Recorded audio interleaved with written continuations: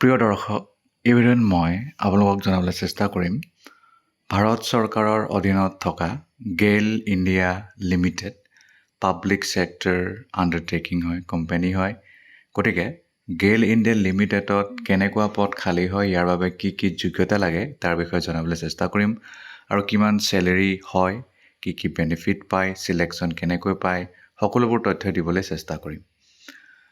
Gayle India limited ভাৰতবৰ্ষৰ আটাইতকৈ ডাঙৰ পাব্লিক ছেক্টৰ কোম্পানীৰ ভিতৰৰ এটা হয়।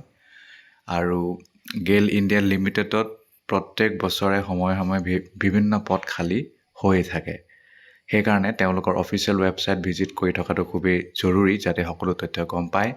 এই ভিডিঅ'টো খুবেই সহায়ক হ'ব সেইসকলৰ বাবে যিসকলে ভাবিছে যদি মই গেইল ইণ্ডিয়াত চাকৰি কৰিব বিচাৰোঁ তেতিয়াহ'লে মোৰ কি যোগ্যতা থাকিব লাগিব, যাতে মই সেই যোগ্যতাসমূহ ফুলফিল কৰিবলৈ চেষ্টা কৰোঁ, বা কি কোৰ্চ পঢ়িলে মই ইয়াত চাকৰি কৰিব পাৰোঁ, যাতে মই সেই কোৰ্চ এতিয়া কৰোঁ বা কৰিবলৈ চেষ্টা কৰোঁ। গতিকে আৰম্ভ কৰোঁ। গেইল ইণ্ডিয়া লিমিটেড হৈছে এটা Maharatna public sector undertaking. Natural gas company হয়, আৰু নেচাৰেল গেছ কোম্পানীৰ কামবোৰে কৰে এওঁলোকে। তাৰপিছত গেইল ইণ্ডিয়া লিমিটেড ফালৰ পৰা যিসকলে গেট পৰীক্ষা পাছ কৰিছিলে তেওঁলোকৰ বাবে চাকৰি উলিয়াইছে। এতিয়া নাই ওলোৱা, বহুত দিনতে ওলাইছিলে। সময়ে সময়ে ওলাই থাকে, ৱেবছাইট ভিজিট কৰি থাকিব। মই জাষ্ট এইটো উদাহৰণ দিবৰ কাৰণে এটা এডভাৰটাইজমেণ্ট এটা লৈছোঁ। গেট পৰীক্ষাৰ বিষয়ে জানেই আপোনালোকে। যিসকল ইঞ্জিনিয়াৰিং কৰে তেওঁলোকে গেট পৰীক্ষা পাছ কৰিলেহে বিভিন্ন ঠাইত চাকৰি পায়। গতিকে গেট পৰীক্ষা পাছ নকৰিলে এই চাকৰিত আপোনালোকে যোগদান কৰিব নোৱাৰিব বা এপ্লাই কৰিবই নোৱাৰিব। প্ৰথমটো দিছে post name executive trainee chemical E2, pay scale দিছে 60,000 পৰা 1,80,000 টকা। প্ৰত্যেক সময়ত পদসমূহ বেলেগ বেলেগভাৱে খালী হয়। আনৰিজাৰ্ভ, ৰিজাৰ্ভ সকলো কাৰণে বেলেগ বেলেগ হয়। ছেকেণ্ড চাকৰি হৈছে এক্সিকিউটিভ ট্ৰেইনী ইনষ্ট্ৰুমেণ্টেশ্যন, গ্ৰেড হৈছে E2, 60,000 পৰা 1,80,000। তাৰপিছত আহিল 3 number executive trainee electrical E2, 60,000 পৰা 1,80,000। 4 নম্বৰ আহিল executive trainee mechanical E2, grade হয় 60,000 পৰা 1,80,000। গতিকে মুঠ 4টা পদ খালী হৈছিল, কিন্তু ইয়াৰ বাহিৰে বেলেগো পদ খালী হয়। মই জাষ্ট এইটো ভিডিঅ'ৰ দ্বাৰা এক্সিকিউটিভ ট্ৰেইনী কি পদ খালী হয় তাৰ বিষয়ে ক'বলৈ চেষ্টা কৰিলোঁ। এতিয়া আহোঁ যে শিক্ষাগত অৰ্হতা কি লাগিব। এক্সিকিউটিভ ট্ৰেইনী কেমিকেলৰ বাবে বেচেলৰ ডিগ্ৰী লাগিব।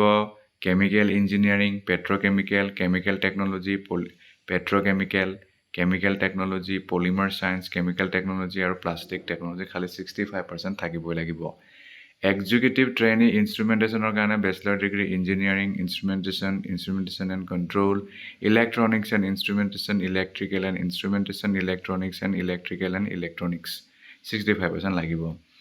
এক্সিকিউটিভ ট্ৰেইনী ইলেক্ট্ৰিকেলৰ কাৰণে bachelor degree engineering, electronics and power, electrical and power 65% লাগিব।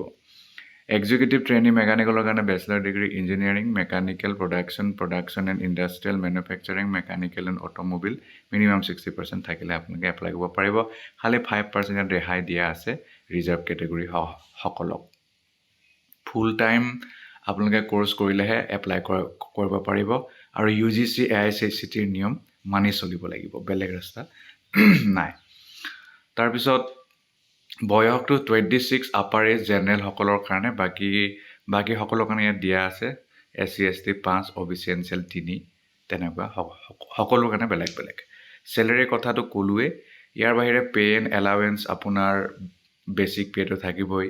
ভেৰিয়েবল ডিয়াৰনেছ এলাৱেঞ্চ পাব, বিভিন্ন ধৰণৰ পাৰ্কছ পাব, এলাৱেঞ্চেছ পাব, কেফেটেৰিয়া পাব, সেইবোৰ আৰু সময়ে সময়ে পাই থাকিব। কোম্পানী একমডেশ্যন পাব, লিজ একমডেশ্যন পাব, HRA পাব, medical facility, group insurance, superannuation benefit, contributory provident ফাণ্ডৰ বাহিৰে গ্ৰেচুইটি, পেঞ্চন, বহুতো সুবিধা লাভ কৰিব, যিটো বেলেগ স্থান আপোনালোকে কেতিয়াও লাভ কৰাৰ সুবিধা নাই।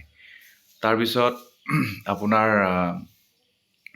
গ্ৰেজুৱেট এপ্ৰেণ্টাইজ টেষ্ট ইন ইঞ্জিনিয়াৰিং, যাক গেট বুলি কোৱা হয়, সেইটো কিন্তু পাছ কৰা হ'ব লাগিব। সেইকাৰণে তেওঁলোকৰ ৱেবছাইট ভিজিট কৰি থাকিব যে কেনেকৈ কি কি চাকৰিবোৰ ওলায় https://gailonline.com আৰু আপোনাৰ সেই নিৰ্দিষ্ট বিষয়তে গেট পেপাৰ হ'ব লাগিব আৰু পাছ কৰা হ'ব লাগিব তেনেকুৱা কথা ইয়াত কৈছে। আৰু চিলেকশ্যন প্ৰক্ৰিয়াটো সেই তাৰ পৰাই হৈ যাব। আপোনাৰ যিটো গেট মাৰ্কছ সেই তাৰ পৰা হ'ব আৰু ইণ্টাৰভিউ চাগে হয়তো তেওঁলোকে পাতিব পাৰে।